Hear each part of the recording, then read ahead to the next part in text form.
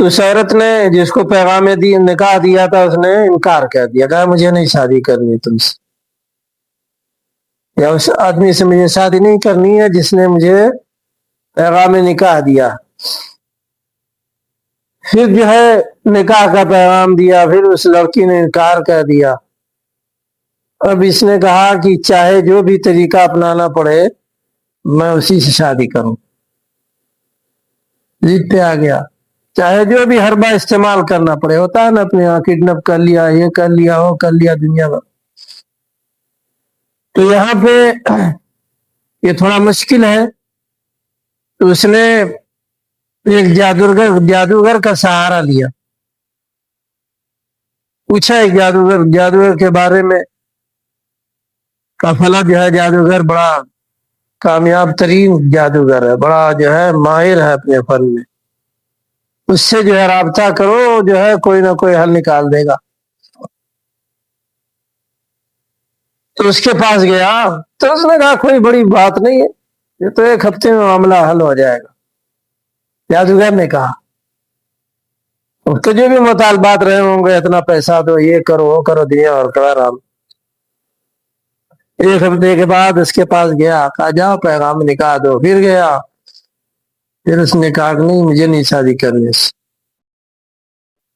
پھر جادوگر کے پاس گیا، یار تو راضی نہیں ہو رہی ہے، کہا کہ میں نے اپنے سارے حربے استعمال کر لیے، جادو کے جتنے بھی حربے ہوتے ہیں سارے حربے میں نے استعمال کر لیے، اس پہ جادو کام نہیں کرتا، اس پہ کوئی جادو کام نہیں کرتا۔ جب پوچھو عورت کیا کرتی، لڑکی کون سا جو ہے کام کرتی ہے جس کی وجہ سے میرا جادو اس پہ اثر نہیں کر رہا۔ تو پھر اس نے جس نے شادی کا پیغام دیا تھا اس نے کسی ذریعے سے اسے معلوم کرایا، تو اس عورت نے بتلایا کہ جب تم پوچھ رہے ہو تو میں بتلاتی ہوں کہ میں صبح و شام کے جو اذکار ہے کبھی نہیں چھوڑتی، صبح و شام کی جو دعائیں کبھی نہیں چھوڑتی، اس کو برابر پڑھتی۔ اور اللہ پاک نے قرآن میں فرمایا بھی ہے کہ شیطان کی چال بہت کمزور ہے، اللہ رب العالمین کے کلام کے سامنے اس کی چال اور نہیں چلتی، لیکن ہم ڈرتے ہیں کہ شیطان ہے، یہ ہے، فلاں ہے کہ نہیں۔ اگر اس کے اندر اتنا پاور ہوتا، اتنی طاقت ہوتی تو ہم انسان دنیا میں رہ ہی نہیں سکتے تھے، سب کو تباہ برباد کر دیتے ہیں کہ نہیں۔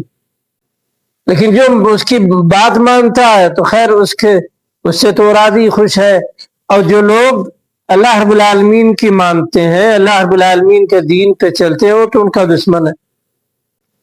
ان کو برباد کرنے کے لیے وہ کچھ بھی داؤ نہیں چھوڑ سکتا شیطان۔ لیکن مسلمان ہے، اللہ رب العالمین کو یاد کرتا ہے، اللہ رب العالمین اس کی حفاظت فرماتا ہے۔ تو جو اللہ رب العالمین کو یاد کرتا ہے، صبح و شام کے جو اذکار ہیں، اسی طریقے سے جو بھی اذکار ہیں، کھانے پینے کے وقت ہے، گھر سے نکلنے کے وقت ہے، اسی طریقے سے بیوی سے ملنے کے وقت ہے، وہ پڑھتا ہے بندہ، اللہ رب العالمین حفاظت کرتا۔ اور حدیث میں آتا بھی ہے کہ بندہ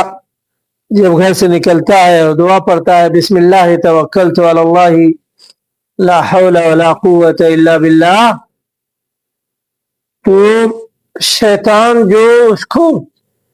بہکانے کے لیے، ہر آدمی آپ کو بہکانے کے لیے شیطان ہے، ہمیں بہکانے کے لیے شیطان ہے کہ نہیں۔ تو ہم جب دعا پڑھ کے نکلتے ہیں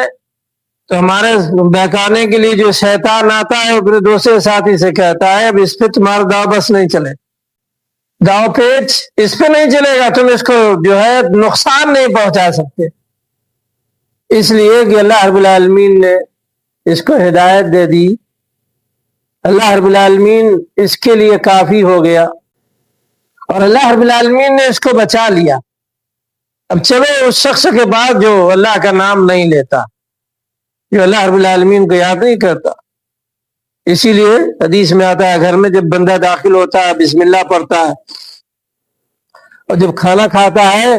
بسم اللہ پڑھتا ہے، تو شیطان کہتا ہے اس گھر میں تمہارے لیے سونے کی جگہ نہیں، اس گھر میں جو ہے تمہارے لیے کھانا نہیں ہے۔ ان گھروں میں گھستا ہے شیطان جن میں اللہ رب العالمین کا نام نہیں لیا جاتا، ان کھانوں میں شریک ہوتا ہے جن کھانوں پہ کہ کھانے کے وقت اللہ رب العالمین کا نام نہیں لیا جائے.